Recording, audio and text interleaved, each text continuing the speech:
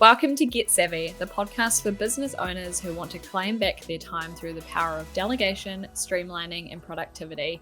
I'm Tisha, and I'm here again with my co-host Joe, and we're talking about time blocking today. If you don't know what time blocking is, then it's a method of scheduling tasks by blocking chunks of time, really, whether that's in your calendar, whether it's in a project management tool. We're going to sort of do a bit of a deep dive, talk you through how you can do this if you want to start implementing it and what it actually is. And you may have seen this before, you may already do it, but if you have someone maybe in your organization that just constantly has a full calendar, and they may not necessarily be in meetings that entire time, then they may be someone that is calendar blocking.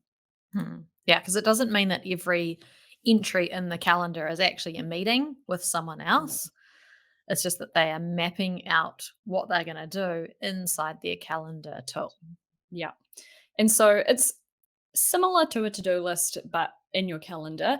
It is usually a bit more of a loose structure than a to-do list and giving really specific time estimates, but Mm, you can sort of adapt it to your preferred style of working. It is quite a structured approach to managing your time and making sure that you're productive. mm. Yeah, so I think that's a really important point that we're going to talk about this kind of concept of time blocking, but you'll adapt this and use it for how best works with you. We all have different working styles, we all have different personality styles, we all like different things. So adapt and change. And, some of the things that we talk about of how we do this in our calendar might kind of be like, oh, yeah, I quite like the sound of that. I'm going to give it a go. And I think it's something that, like, you try it, you see how it goes. If it has worked for you, then, like, keep doing it. If it hasn't quite worked, then Mhm. tweak and change and, like, experiment with it. Yeah, absolutely. And we were just talking before we came on the different ways that you can do this, and one of them is that's similar to time blocking or that can work in conjunction with it is the Pomodoro technique, which is working for 25-minute bursts and then having a 5-minute break every 25 minutes, which is very short, sharp, snappy, on and off, and it is meant to help maintain your mental stamina. But that doesn't work for everyone. Some people, we're just talking about how Joe and I usually will work instead for, say, 3 solid hours on a chunky project and crank it out, and then we'll have a bit of a bigger break after a few hours. But whatever's going to work for you, what is actually going to be productive? Because is that productive, Joe? Should we be working for 3 hours solidly? Yeah, I mean, well, studies might say that you need to have some kind of break in that 25 minutes, which is where the Mm, Pomodoro technique came from. So, yeah, it's hard to know, like, is that actually productive? And I tend to, like, if I'm starting to get hungry or thirsty or need to go to the bathroom, that's my cue. Like, okay, yeah, right, I think I've been sitting here for too long. I'm not yeah. going to be productive now because I'm thinking about those other things. And I actually need to go and have a break. Yeah, absolutely. So, yeah, there will be some flexibility, but this, yeah, is good to give you some structure or at least an outline of what your day is going to look like. Mm. I think with having a shorter time block, whether you do it with the Pomodoro technique or something in your calendar, a Mm. shorter time block means that you actually get yourself in a pressure situation where you need to Yeah. try and get Yep. something done quickly before the time runs out. And that can really help with motivation and, like, focus, Yeah. making sure that you're, like, actually doing the thing that you want to get done and not getting distracted by other things because you're under that time pressure. I love the time pressure of that. Well, maybe you should try the Pomodoro technique instead Yeah. then. So, how do you implement time blocking? Firstly, you're going to need to determine what is going to work best for you in terms of time chunks. So, there are Mm, a few different ways you can calendar or time block, and that is usually daily, weekly, even monthly, but it may depend slightly what industry you're in or the kind of work you're doing. You can have more flexibility, and let's say if you're doing it daily, you can have themed days. So you could have, say, a content creation day on Thursday, and that day you're going to focus on content creation, and it's just sort of in and around that day. Or you could have more specific time chunks that you have every day, and you are actually allocating hour to hour what you're going to be doing throughout the entire day. Mm, So, firstly, figure out how much structure you want. Do you want more flexibility? Do you want it really strict? And that's going to be your starting point. yeah. Joe, what do you do for your time blocking? So I do a mixture. I tend to have days of the month, so a monthly kind of block where I'll do some one of mine is content creation. So once a month, a content creation day. But then I also break it down in my weeks. So Monday is usually a strictly savvy work day, team meeting, leadership meeting, that kind of thing.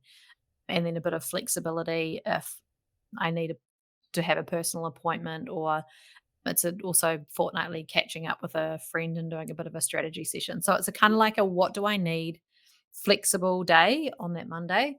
Tuesday, Wednesday is my like I'm focused on my other business, the VA Foundry, and that's where we do our coaching calls, and any of our like group coaching sessions Mm, are always on those days. Then Thursday is another flexible day. It will depend on what we've got on. It's a day where I might actually do like a really solid, like 5 hours of like work on kind of project, something that needs like deep focus and attention, where I don't have any other meetings. So I try not to put meetings on that Thursday. And mhm, then Friday is my recording day. So every single Friday, that's where we record all of the podcast episodes and any lives and any reviews that we need to do. So that's my recording day. And then I usually finish that day. I have nothing after 1:30, 2 o'clock, because I can't stand meeting with anyone. Like my brain is dead by then. I cannot have a meeting and function well after that time on a Friday. So that's how I map out my like kind of week. So I know when I'm going to say yes to things and when I'm going to suggest mm, time to other people. So that works really well. And then day by day, it kind of depends on whether I'm feeling like I really need to be focused to get through the things that I have with deadlines. And so, if that's the case, and I'm feeling like this time blocking is going to really help me, like say today, then I will actually put in 30-minute blocks, and I'll put my specific task that I yeah, need to do inside that 30-minute block. So then I've got that time pressure, and I know that I must do these things, and I've only got this limited amount of time, and I can actually visually see it. I'm looking at my calendar right now. I can visually see it, and I know that I have to do these things. So that gets me really focused. And then once I've done it, then I will actually delete it out of my calendar as my kind mm, of like I'm ticking that off. It's gone. I like that feeling of removing it from there. So nice. that's how I'll do time blocking inside a day if I need to. Isn't it amazing as well as humans how we fill the space that we've allocated for ourselves to do something? So if you gave Mhm. yourself half an hour or an hour, you get it done in that time. Yes. It's incredible, eh? It's like that's scientific. Yeah. That you will expand or contract Mhm. whatever you need to do inside the time that you have. Yeah. It's so weird. So, so weird. Yeah, I mean, I do similar to you. I don't do themed days. I do it all day by day, and I break it down, and I have things in there that are recurring, like our team meetings every morning and on Monday afternoons. And then outside of that, I have specific tasks in my calendar, and that will also include what I give myself ad hoc time. So that's going to be random tasks that the team have thrown at me, or that I Mhm. need to get done that I sort of wasn't planning or that have popped up that day. I give myself buffer time as well. So if I've done a big chunky task, or especially if I've been out for a meeting, then I'll give myself buffer time after my travel time just in case that goes a bit over. And then that is also ad hoc time. And then other than that, it will be very specific tasks. I don't really give myself flexibility on what I'm doing in those. Like it's a you are doing this task right now. Mm. And I find as well because I'm studying at the moment as well for the personality profiles, and I've got time blocks in there to study, and I notice that when I have those recurring time chunks, then I'm more likely to ignore them. So having them really specific that I actually have to put in a specific task helps me do it, Mm. because otherwise you're just used to it being there and you ignore it. Because there's always tomorrow. Yeah. Yeah. I used to do that as well. I used to have recurring things in there to like actually do something each day that was reoccurring, and then I just decided that that was not working for Yeah. me. I would No. never do it, so I just removed that completely, and it Yeah. actually also made me feel like I had such a full calendar all the time Yeah. that I took all of those out, and now I have color coding in there. So I color code Mhm. my meetings, and so I can see when my gym is, I can see when my kids' stuff is, I can see when walking the dog is. So it doesn't feel like my calendar is so full because I'm looking at a specific color to see how full Yeah. my calendar actually is because those are my Mm. meetings. So that's really helped as well. And then I time block specific tasks on the day when I need to, like planning out Yeah. in the morning. I need to get these things done. So I'll put all the tasks in to time block. Yeah, because a very full calendar can be overwhelming if it's just all one color. So color Mm. coding is another option as well. Yeah. And yeah, so after you've figured out the frequency of what you're keen to do, whether it is daily, weekly, however you want to do it, then the next step will be figuring out the actual tasks that you're doing and the priorities, and whether they are going to be those loose time blocks where you're doing a strategy session and that is whatever is included in that, or whether it's super specific, and figuring out within that to-do list, working along with it, what are going to be the priorities? Because if you need to do something first thing in the morning each day, then obviously that's going to be the first thing that you're time blocking. You know, are you going to have specific times a day that you check your emails, and is that going to be in there, or are you going to scatter that throughout the day, or that kind of thing? So you do work alongside your to-do list definitely for this method. Mm. Yeah. And pretty much from there, you actually just jump in, start assigning those chunks of time. Joe and I both use our Outlook calendars, and we actually just chuck in time blocks there. But there are some ways to do this in project management tools if it allows, that work alongside your to-do list. You can actually, assign times to them. But I think probably because Joe, you and I are jumping in almost every day and chucking things in, it works better for us to just do it straight into our calendar. Mm. Yeah, definitely. Yeah, I like doing it kind of on the fly rather Yeah. than having those recurring tasks like we talked about. Yeah. Mm. And when you do start actually assigning those time blocks, make sure that you're giving yourself a realistic amount of time. I know we're talking about that you will fill the time that you have available to do the task, but at the same time, don't give yourself 10 minutes to do something that's going to at least take half an hour, and take into account potential interruptions. And if you are going to have a toilet break in the middle of it, make sure that it's not unrealistic and you're just setting yourself up for failure in the first place, because then this method won't work. Mm. It's Yep. just going to be really stressful. Yeah. And you need to also figure out like how specific are you going to be? Are you going to have those kind of like this is my chunk of time for content creation, or are you going to say my carousel post for X, reel Yeah. for X, and put those specific things in there. So a decision on how specific you want to try being first and see if it works for you.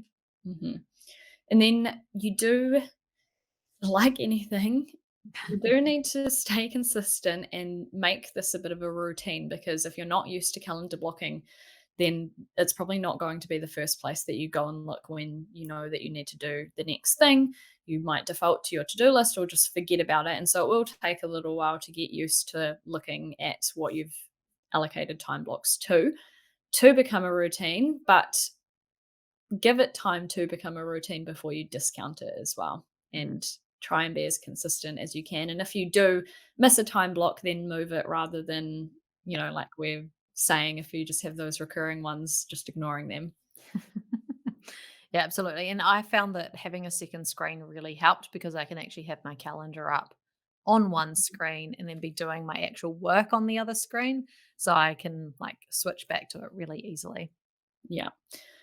If you are being interrupted too much as well, like I say, you can sort of have those ad hoc chunks of time or give yourself slightly longer to do the tasks if you're going to be interrupted through those tasks. But potentially as well, you may need to allocate yourself some focus time where you are in like a do not disturb mode almost, so that your team or whoever it is aren't coming to you in those time blocks. And that is when you absolutely can't be interrupted and they are really important projects or whatever it is, ways to minimize those interruptions or distractions, and how you're going to do that if that's a problem that you're noticing as you start to calendar block. Mm. Because yeah, especially if you've got back to back to back, you may miss something and then it will sort of start compounding and become stressful. And if that's because you're being interrupted, then how are you going to manage that? Mm. Yep. Something that I saw work really well when I was a VA for one of our clients was that two things. So he used to have a team time block in Mm, his calendar, a time each day where the team knew that they could come in and ask him anything or call him or message him during that time. And that was the time when he was going to be available for team to answer all their questions. And then outside of that time, he used me as his VA, or you could, if you've got an executive assistant, same, you could do the same thing, where like they actually protected the rest of the mm, time. yeah.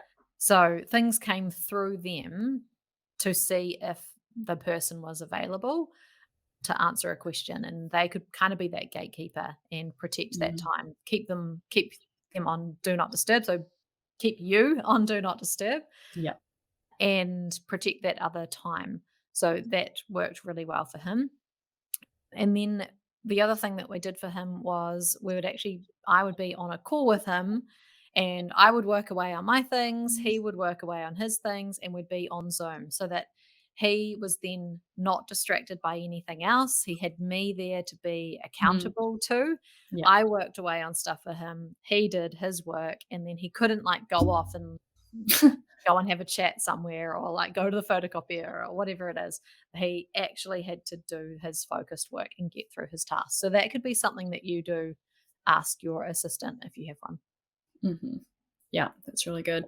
And like anything, it will evolve. And like we said at the start, you do need to tailor it so that it works for you and your style of working. Mhm, Because yeah, if you do really need that structure, then having themed days is not going to work for you because you're just going mhm, to ignore it. It's just going to become something else in your calendar. So you will need to try it out, let it become a routine, adapt it, and then let it evolve. And if you're noticing those distractions or things that you didn't even take into account that you were doing each day, you'll end up needing to add little extra things here and there so that it's going to work for you in the best way.